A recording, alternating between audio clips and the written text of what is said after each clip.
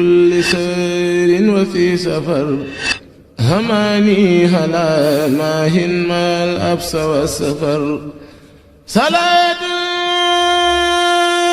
الذي في كل سير وفي سفر هماني هلا ماهن ما الأبس والسفر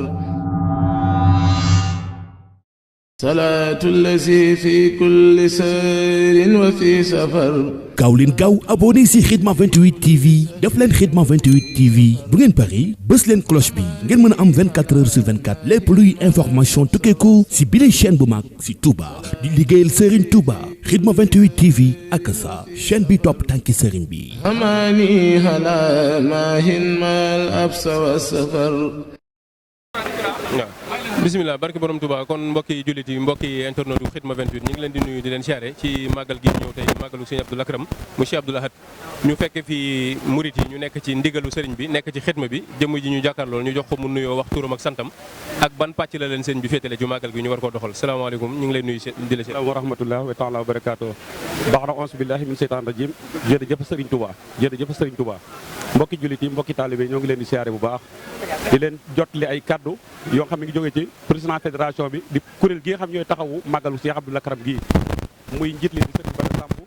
ànd ak délégué yëpp ñii ñëpp toog tey kenn ku ci ne am na luñ la dénk ñu ngi leen ziare bu baax nag di rafetlu seen teewaay Ibrahima Ndiaye ñoo ngi rafetlu seen teewaay sunu yëngu nag mi ngi jëm ci leen rek mooy solos màggal gi rek muy yi nga xamante ne moom mooy tax màggal gi aw yoon ñu yàgg koo def depuis 2013 ba léegi ñoo ngi koy organisé di leen ci ziare bu baax a baax a baax a baax jërë ngeen jëf tur bi ak sant bi ngir ñu xam kii wax ki mu doon Modou Dia doom ci Serigne Moussa Dia nekkan président fédération suñu borom dogal mu génn àdduna yàlla dogal nag ñu toog taxawaayam moom la ñuy toogee fi tey di ko waxtaane waaw yàlla dogal nag noo ngi ziare bu baax nag di gën a feddali suñu kóllëre bu baax ci yéen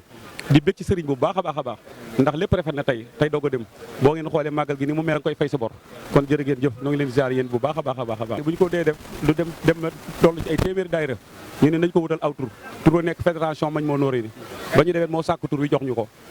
tur woowu moo boot daayira yi ñu taxawaayam nag di daje fii bu màggal jotee ñuy dem ci taalibe ñu wax ne kenn ku ci ne rek loo war a def ci daayira loo war a defan ci kër sëriñ bi rek nga dajale ko ñu dajale ko fii ñu wëlbati ko di ko dugal ci wàllu bis bi ndax lu taaral bis bi rek loolu rek mënu tax a toog lu taaral bis bi àggale bis bi ci yéene yi nga xamante ni moom la ko borom bëggee di ci ñaanal Cheikh Abdoul Ahad bu baax suñu borom dolli koy leer di ci sant sëriñ Abdou Lakram bu baax di ñaan suñu borom suñu taalibe yi fi ñëw yëpp kenn ku ci ne rek lépp loo ci sóobu rek suñu borom defal la ko ci dara yi sëriñ Touba yan kàddu yi cant ak ngërëm ngay jëmale sa mbokk yu baax yi nga xam ne yéen a seq liggéey bi te ñu jàppale la ci bu baax a baax waaw loolu moom ñoo ngi koy sant yàlla bu baax a baax a baax ndax jëmm ji ñuy jàkkaarloo moom la yàlla dogal tey mooy président fédération bi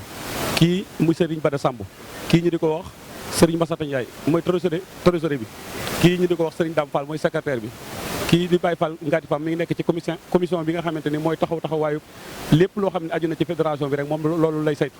kee di Serigne Mandawlo moom dafa day taalibu kër gi waaye nag dafa dëggal ba fu nu toog rek ma nga toog fa suñu wet ànd ak ñun liggéey bi ñi ngeen seen ñu taxaw war nañu ay président daayira lañ kenn ku ne taxaw rek di andi sa addiye fii ngir lu àggale bis bi lu taaral bis bi waaw jërëjëf ñu ngi siyaare baax a baax a baax sant nañ ba Khidma 28 ñu ngi leen di sant di leen gërëm di leen ndokkeel ci bis bi asalaamaaleykum wa rahmatulah صلاة الذي في كل سير وفي سفر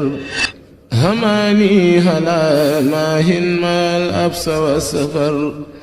صلاة